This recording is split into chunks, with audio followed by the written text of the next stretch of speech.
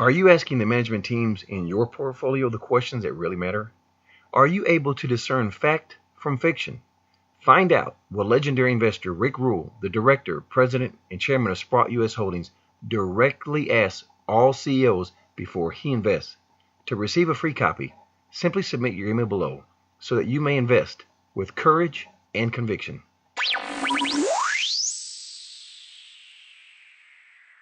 Welcome to Proven and Probable. I'm your host, Maurice Jackson, and joining me today is a very respected guest that I've followed for years, David Morgan, the author of a book that every precious metals, hard money advocate, lover of the Constitution must have in their portfolio. David Morgan, thank you for joining us today. Well, Maurice, thank you for having me. Sir, I've followed your work for the last 5 years, and I must say you have really put me to the challenge as a U.S. citizen to make me really delve into the Constitution and to learn more and to think critically. You're known as the Silver Guru, but I tell you, you're much more deeper in breadth and depth than that.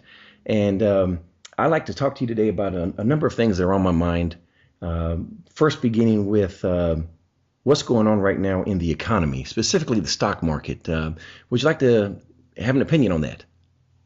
Well, I've got an opinion on almost anything, as you well know, and thank you for the introduction. And yes, the Silver Manifesto is available on Amazon.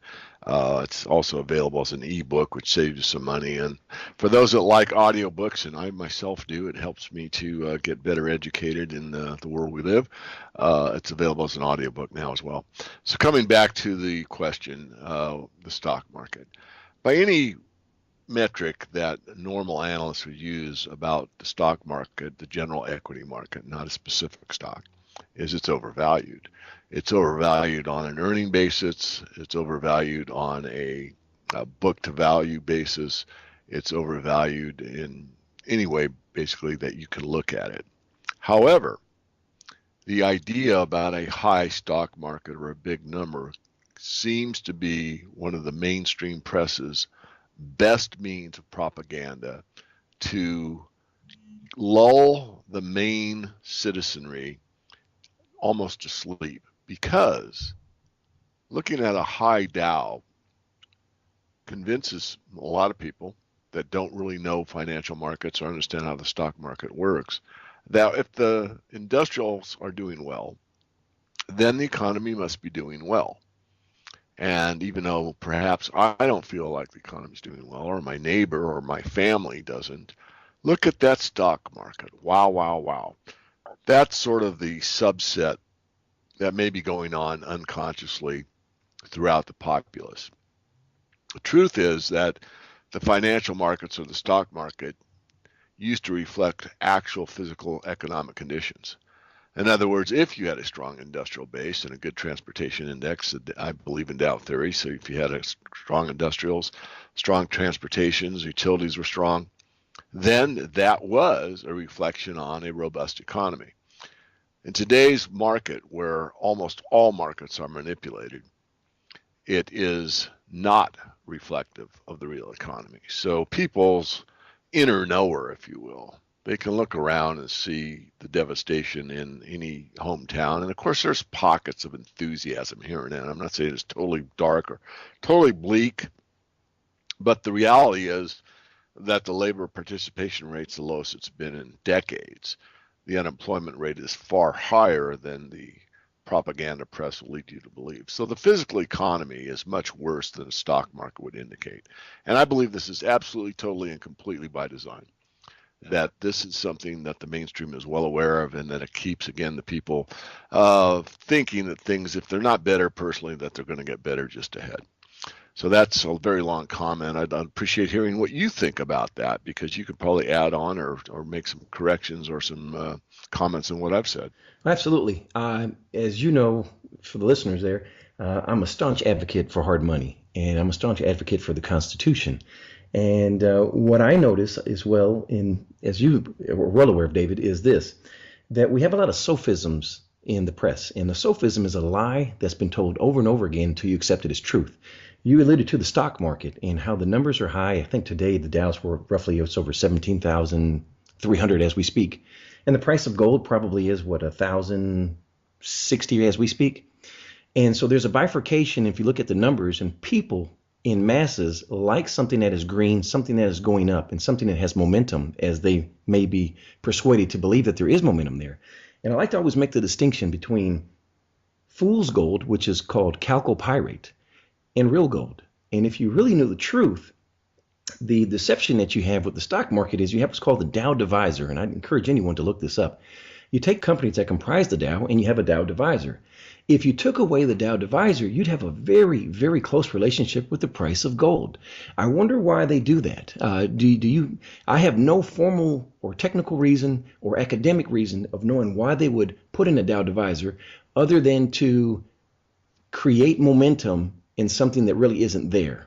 If you're not familiar with the Dow divisor, what it is essentially you're taking 30 companies that comprise the Dow, and you divide that by 0.1496, and it's a long number, but just round it up there. And it takes the price of those 30 Dows to 17,000. But the reality is if you took away that number, it would not be there. The numbers reflecting the stock market would be closer to 2,000, probably maybe upper 2,000. So it's a much closer relationship to the price of gold. And I think that's part of the manipulation that you have is the Federal Reserve doesn't want you to go into derivatives of money, which is currency, which is what you use to purchase stocks, because you can't use gold or silver to purchase stocks. And I just always found that interesting, but I never could get an answer in the world of academia when I was there on why we had the Dow divisor. And I'm a business management graduate, and I never could get an answer over the years of my study. So I was just curious. Let me add on to that. First of all, that's great to get that, out into the table. Excuse me, that's great to get that out on the table, because now people want to know what it is. And I agree with you, Maurice. I think it's part of the scheme of things. Now, I don't want to make everything that we look at as conspiracy, and I'm not saying that it is, but I think it's odd that if you didn't have the Dow divisor, that it would be a different number. What I do know is that it's a lot easier to manipulate 30 stocks than 500. The S&P 500 is a little bit more reflective of the real economic conditions than the Dow is. The other thing about the Dow that most people don't know, unless they know a little bit about the stock market, is that those companies rotate. If you have a company that's doing poorly, it's taken out and it's replaced by a stronger company. And this has been going on for a very, very long time. So if you go back to when the Dow started, I think there was like one or two companies that still make up the Dow from the original formation of the Dow Jones Industrials. And this is a key concept because it's not a true measure. It's like being able to change the rules in the middle of a soccer game, for an analogy. You're not looking at the same game by the fourth quarter that you started with because they keep changing the rules. And this is something, again, that I think really focuses in this sort of man behind the curtain kind of an analogy, this metaphor that the Wizard of Oz is, that it's the great and powerful Oz, and look at the Dow and look at the numbers and look at how great it is and yada, yada, yada. And you pull back the curtain and you see this little old man pulling a bunch of levers and causing this idea that things are really, really good when in reality it's just anything but. So thank you for that. It's something that I've never been asked before. I don't really have an answer, but my ideas follow yours. Well, and I'm glad you brought that up as well, the reference to the stocks changing, because I've had some debates with those that are professed Keynesians, and the rebuttal to me was, well, look at the Dow back in 1971 and look at the price of gold. And I shared with them, well, are you aware, before we get into this debate, let's pull up the companies that comprised the Dow in 1971. And although it's not even Christmas, you do hear silent night carols because they're not aware, like, whoa, I didn't take that in consideration before I tried to rebut you. And let's see if those companies are still there. And you made the point earlier, they're not there. And so the target is moving, and that allows you to make the case against gold when you're debating against me until you realize, wait a minute, I was not aware of this factual information here. Well, another way to look at gold, first of all, my belief is that gold is a wealth preserver. It's a crisis hedge more than being an inflation or deflation hedge. It's sort of a vote against government manipulated currencies. And in the long run, it does preserve wealth. I mean, what no one really talks about from the foundation of the Federal Reserve is that, let's say you had a very wealthy uncle, Maurice, and back in 1913, your uncle gave you $1 million in currency. And today, in 2016, you would still have $1 million of currency. And believe me, $1 million in currency in 2013 was a pretty rare event. But let's say that you had the choice. Of course, this would be projecting the future, but this is just a thought experiment and it makes a point. That you had a choice with your rich uncle. Instead of taking $1 million in currency, you took $1 million in gold coins. Now, where would you be in 2016? Well, in one case, you'd have $1 million. That currency would be $1 million. But if you took it in gold, gold in 1913 was roughly $20 an ounce, and today it's 1,000 an ounce. So if you divide 20 into 1,000, you will come out with the number of 50. So you would have the equivalent of $50 million instead of $1 million. And this is something that almost anybody can grasp the concept of. They'll tell you that, gold does this and it doesn't go up and it doesn't this, it doesn't that. Well, let's look at this over roughly a 100-year period. What did it do? Exactly. I give a smaller case analogy. I say the year's 1971 is August 14th, and you have two kitchen drawers. You have $35 or 35 Federal Reserve notes, as I usually say, and you put them in drawer number 1. In drawer number 2, you put an ounce of gold.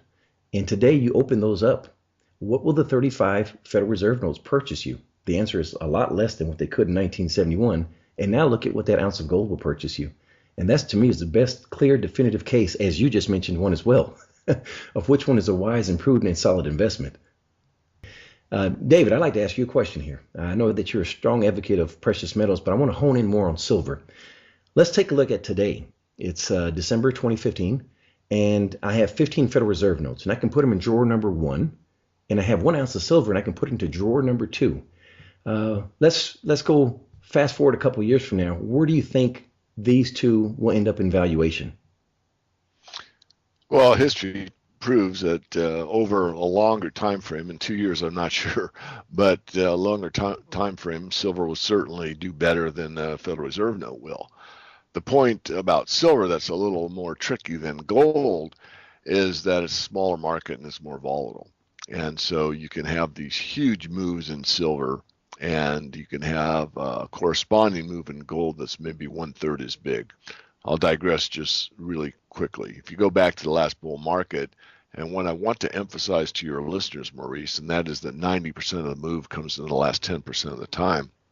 If you look at the silver and gold bull markets starting in the 1970s, I actually look at the bull market starting for silver at least in 1965, because that's when it was basically demonetized. You could go till 1968 and turn in a silver certificate and actually obtain silver bullion for it. But that was at the monetary price of $1.29 per ounce for silver.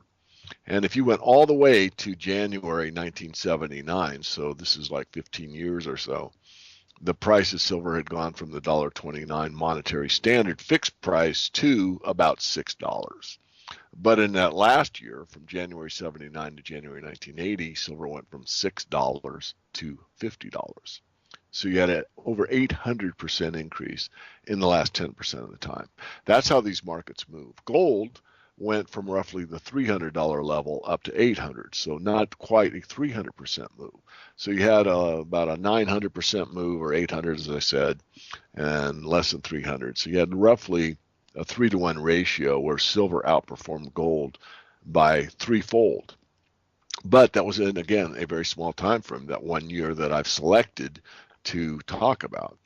The point I want to make is that all currencies have failed. I think the biggest thing that I've tried to do over the years that I've been on the internet and done interviews like yours is to get people to think critically. And the main premise is people love guarantees. If you had that one horse you could bet on and, make a small fortune at the track or that football game or whatever, and I'm not advocating gambling. What I'm trying to say is that people really like certainty. People strive to make their conditions around them predictable so that they can feel secure.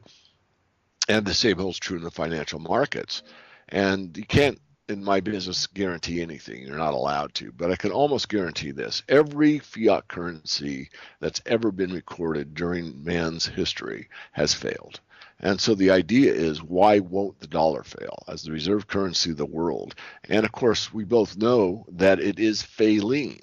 From the example I gave in the 1913 to present day, an ounce of gold hasn't changed. Its mass has remained constant throughout the universe for that 103 years or so that we talked about. What's changed is the amount of paper it takes to purchase that same fixed mass of gold. That's what's changed, which is a depreciation of the currency. So in the long term, gold's mass doesn't change. The value of gold changes in the currency. And so this is the big problem, is where exactly is the currency going to fail, or how do you measure its failure? It's worth about 4 cents from where it was in 1913, and yet no one stops to really think about that, other than academics like us, the Austrian school, a few clear thinkers. And this is what I want. I want the critical thinking for people to wake up and say, geez, if it's gone from 100 cents to 4 cents in 103 years, where's it going to be 103 years from now? Will it exist? And the answer is no, it won't. It won't exist in this form. There will probably be some currency. It's hard to say. What I want to say is very simple. You've got to think about this. You've got to think about it critically, because it's probably the most important topic that intelligent beings can think about. Because no matter what your religious beliefs, no matter what your ethnic background, no matter what your sexual orientation, it doesn't matter. What matters is money transcends everything, and it's critical. And no one really understands what money is. They think currency is money, and as we've alluded to in this discussion, is currency is something far different than money. And if you would, please do share with everyone, what is the definition of a dollar? Well, it's 371.25 grains of 0.999 fine silver. That's the definition of a dollar. It's a weight. So people don't know that. They don't understand it. And even what I just said will probably confuse a lot of people, but that is, at law, even today, the definition of a dollar. It's a weight in silver. It's a constant. And this is where the country was actually founded. That's in the book, the Silver Manifesto. We actually go into that idea rather in depth, so that people can kind of grasp on to what the thinking was in the founding or the beginning of the nation, because the forefathers knew the devastation of a paper currency, because they had experienced it with the Continental before the Constitution was formed and the whole system really was set up. So this is something that's critically important, but yet again glossed over, and you'll never learn about that in the mainstream school system. Agreed. And if you're wondering what that source is, that is the 1792 Coin Act for the definition of a dollar. Please do take a look and educate yourself on the definition of a dollar. You mentioned the last bull market. I don't know the exact statistics, but was it 8% of the world population owned precious metals versus today, I think it's 0.3. Is that correct? Well, no one knows for sure. So, you're going to make an educated guess from some of the better sources that I know of. Really, the idea back in that bull market was about 1, maybe 2% at the most owned it. Now, I've heard numbers as high as what you threw out there, and that might have been true in a specific region like the United States, which I really doubt it was that high. But on a global basis, no, it's more like perhaps 1%. Okay. And the 0.3, I think it's maybe higher than that. But I think the idea is what we need to stress. So let me do that. The idea is that if you want to hedge an outcome, such as a financial collapse where the dollar is destroyed, or there's a bank run or a bank closure, or a brokerage house goes under, all the things that we've already experienced. I'm not being a doomer. I'm just saying, hey, it's what's already taken place in 2008, what happened in London with BlackRock, what's happened with Lehman Brothers. If more of that were to take place, so I'm talking about a fact, but I'm projecting it into the future, and you wanted to protect yourself with precious metals, and you decided the prudent amount was 10%, which is what I recommend to most people, but 20% is really better, but let's just use the 10%. If you had the net worth of everybody that has a net worth, which isn't that many people these days, and they put 10% of it into the precious metals, you couldn't put a paper price on these markets because they're so precious. There's so little of it relative to the amount of currency that's sloshing around in these markets. So that's the point I want to make. It's better to get it before you need it than to try to get it after these markets go ballistic, which I believe strongly they will. I really think, even at these low prices today, that when that change in consciousness happens, that catalyst that takes place, whatever that is, that there is the run to gold. And believe me, there's no fever like gold fever. As I said before, money transcends everything. So when people are scared that their money is not going to purchase them what they need tomorrow, and they decide that they're going to buy something valuable with it, be it a jar of peanut butter or an ounce of silver, there's going to be a rush into the precious metals like we've never seen in all of recorded history. That's what I truly believe, and I think that's not that far from us. I think we're probably going to witness something like that in the next few years.